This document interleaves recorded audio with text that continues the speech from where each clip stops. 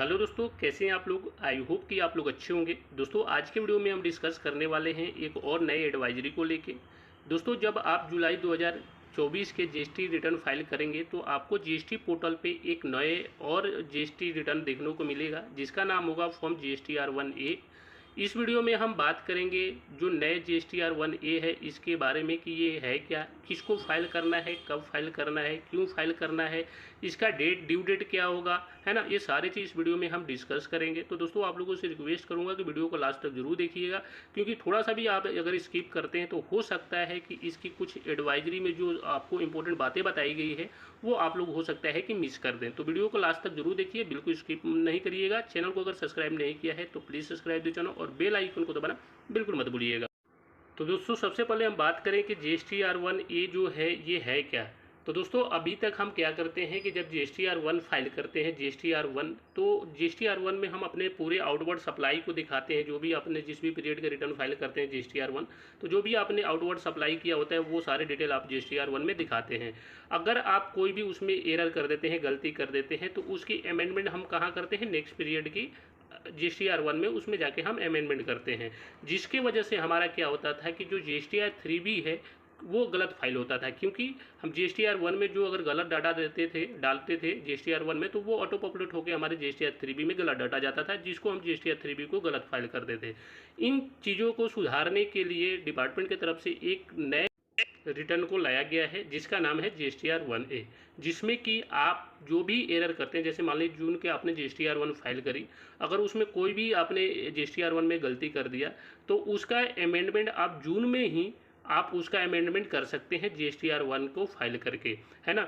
और ये कब तक करेंगे, जब तक आपने GSTR-3B फाइल नहीं करी होगी तब तक इसको आप फाइल कर सकते हैं। यानी GSTR-3B फाइल करने से पहले और GSTR-1 को फाइल करने के बाद आप इस GSTR-1A को फाइल कर सकते हैं। ये सबको फाइल नहीं करना है। जिसकी GSTR-1 में गलती हो जाए किसी तरह का, तो उसको अमेंडमेंट नेक्स्ट पीरियड के GSTR-1 में अमेंडमेंट करने के बजाय आप GSTR-1A में ही आप इसको कर सकते हैं। तो अगर मान लीजिए मंथली आप रिटर्न फाइल करते हैं तो आपको 11 तारीख के बाद उसके अमेंडमेंट कर सकते हैं और 20 तारीख से पहले। और अगर मान लीजिए क्वार्टरली आप फाइल करते हैं रिटर्न अपना, तो 13 तारीख के बाद और 23 तारीख से पहले, यानी इन बीच में ही आपको GSTR-1A आपको पोर्टल पे अवेलेबल मिलेगा और उसमें जाके आप GSTR-1A को फाइल कर सकते हैं। तो मेन इंपॉर्टेंट चीज़ ये है कि सबको फाइल नहीं करना है। अगर आप GSTR-1 में किसी तरह कोई एरर करते हैं तभी आपको फाइल करना है, ठीक है। अगली बात करें कि ये अप्लीकेबल कब से होगा, तो ये अप्लीकेबल जो है आप जुलाई के जब रिटर्न फाइल करेंगे अगस्त में, तो ये अगस्त में आपको ये देखने को मिलेगा कि आपने जो भी GSTR-1 फाइल करेंगे तो उसके बाद आपको GSTR-1A जो होगा ये आपको पोर्टल पे देखने को मिलेगा। अगर कोई भी एरर करते हैं तो आप GSTR-1A के थ्रू सुधार सकते हैं। दूसरी बात करें कि ये जो GSTR-1A है क्या ये सबके लिए मैंडेटरी है, तो बिल्कुल नहीं, क्योंकि मैंने पहले ही बता दिया है ये ऑप्शनल है। अगर आप कोई गलती करते हैं तभी आप GSTR-1 को फाइल करना है आपको, अदरवाइज नहीं करना है। दूसरी बात करें कि सेम पीरियड में केवल एक बार ही आप GSTR-1A को फाइल कर सकते हैं। जैसे मान लीजिए जून का आपने रिटर्न फाइल करी और उसके बाद कोई गलती कर दिया, और GSTR-1 को जब आप फाइल करते हैं तो जून में केवल एक बार ही आप उसको फाइल कर सकते हैं, दोबारा नहीं कर सकते, दोबारा आपको नेक्स्ट पीरियड में जाके करना पड़ेगा। उसके बाद बात करें कि जो GSTR-1A में जो भी हम चेंजिंग करेंगे क्या उसका इफेक्ट सेम पीरियड में पड़ेगा, तो जी हाँ, जो भी आप चेंजिंग करेंगे GSTR-1A में अमेंडमेंट करेंगे वो आपका इफेक्ट आपके GSTR-3B में सेम पीरियड में पड़ेगा। अगला बात करें कि बायर के हिसाब से, बायर के एंड से देखा जाए तो जो भी हम अमेंडमेंट GSTR-1A में करेंगे उसका इफेक्ट बायर के बुक में GSTR-2B में उसके नेक्स्ट पीरियड में करेगा, सेम पीरियड में नहीं करेगा। यहाँ पे ये चीज़ ध्यान देना है कि जो भी आप अमेंडमेंट करेंगे GSTR-1A में उसकी ITC का इफेक्ट जो GSTR-2B में होता है बायर के, वो नेक्स्ट पीरियड में करेगा, सेम पीरियड में नहीं करेगा, ठीक है। अगली बात करें कि GSTR-1A जो है वो कब अवेलेबल होगा, तो अगर आपकी रिटर्न जो है वो मंथली अगर फाइल करते हैं तो मंथली रिटर्न का जो ड्यू डेट होता है 11 तारीख, तो 11 तारीख के बाद, और आपको जो GSTR-3B का जो ड्यू डेट होता है 20 तारीख से पहले, यानी 11 तारीख के बाद और 20 तारीख से पहले, इन दोनों के बीच में ही आपके जो GSTR-1A है ये जो फॉर्म है वो आपको GST पोर्टल पे अवेलेबल होगा। और जब GSTR 3B फाइल करने से पहले तक ही ये आपको अवेलेबल मिलेगा। अगर GSTR 3B एक बार आप फाइल कर देंगे तो ये चीज़ आपको दोबारा से इस पर दिखने को नहीं मिलेगा।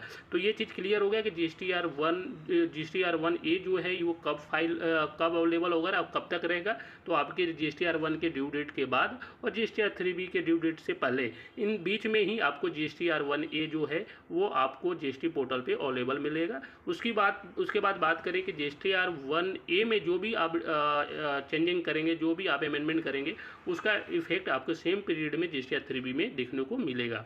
अगली बात करते हैं क्वार्टरली। जो क्वार्टरली टैक्स पेयर हैं, जो क्वार्टरली अपने GSTR 1 को फाइल करते हैं, उनका जो ड्यू डेट होता है वो 13 तारीख। तो उनको 13 तारीख के बाद और 23 तारीख से पहले ही आपको GST पोर्टल पे आपको GSTR 1A जो है वो अवेलेबल मिलेगा। यानी जो ड्यू डेट्स के बाद और GSTR 1 के ड्यू डेट के बाद और जो GSTR 3B के ड्यू डेट से पहले, इन दोनों के बीच में ही आपको ये दिखने को मिलेगा। ठीक है, और इसमें भी सेम जो क्वार्टरली फाइल करते हैं टैक्स पेयर, उनमें भी जो भी अमेंडमेंट करेंगे उनके सेम क्वार्टर में ही उनका 3B में वो जो भी चेंज करेंगे, अमेंडमेंट करेंगे, उसमें आपको इफेक्ट पड़ेगा GSTR 3B में। ठीक है, अगला बात करें तो इस एडवाइजरी का जो मेन इंपॉर्टेंट जो बात है वो बात ये है कि जब आप GSTR 1 फाइल करते हैं उसमें किसी तरह का एरर, जैसे मान लीजिए आपने कोई अमाउंट आपने गलत डाल दी, टैक्सेबल वैल्यू गलत डाल दिया, टैक्स रेट गलत डाल दिया, या आपने जो इनवाइसिंग मिस कर दिया आपने GSTR 1 में डालने, तो उसकी अमेंडमेंट तो आप GSTR 1 में कर सकते हैं। लेकिन आपने GSTR 1 में अगर आपने किसी बायर का जो जिसको आपने सेल किया है उसका GST नंबर ही आपने GSTR 1 में गलत डाल दिया है, तो उस केस में आप GSTR 1A में उसका अमेंडमेंट नहीं कर सकते हैं। उसका अमेंडमेंट कहाँ कर सकते हैं? उसका अमेंडमेंट आप नेक्स्ट पीरियड के GSTR 1 में ही कर सकते हैं। तो ये चीज़ आपको काफ़ी इंपॉर्टेंट है कि आप किसी तरह का कोई एरर करते हैं, छोटा मोटा एरर, जैसे कि आपने टैक्सेबल वैल्यू आपने गलत डाल दिया, टैक्स रेट गलत सेलेक्ट कर लिया, अमाउंट आपने गलत डाल दिया, तो उस केस में तो आप GSTR 1A में तो इसका अमेंडमेंट कर सकते हैं सेम पीरियड में। लेकिन अगर आप किसी पार्टी का जो GST नंबर है वो GST नंबर ही अगर गलत डाल दिया आपने GSTR 1 में, तो उसकी अमेंडमेंट आप GSTR 1 में नहीं कर सकते हैं। उसका अमेंडमेंट आप नेक्स्ट पीरियड के GSTR 1 में करेंगे। ठीक है, तो कुछ ये इंपॉर्टेंट बातें था। अब मोटा मोटा मैं बता दूं तो GSTR 1A जो है ये आपको अमेंडमेंट करने के लिए है, ये सबको फाइल नहीं करना है। अगर आप GSTR 1 में कोई गलती करते हैं तभी आपको ये फाइल करना है। ये आपको जुलाई के रिटर्न जब आप फाइल करेंगे अगस्त से, तब आपको ये देखने को मिलेगा।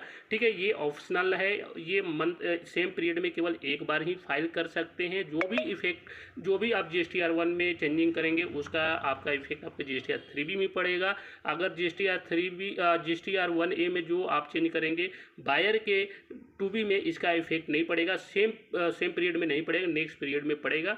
ठीक है, तो ये कुछ इंपॉर्टेंट बातें हैं। आई होप कि ये सारी चीज़ें आपको क्लियर समझ में आ गया होगा। मिलते हैं नेक्स्ट वीडियो में। जय हिंद, जय भारत, धन्यवाद।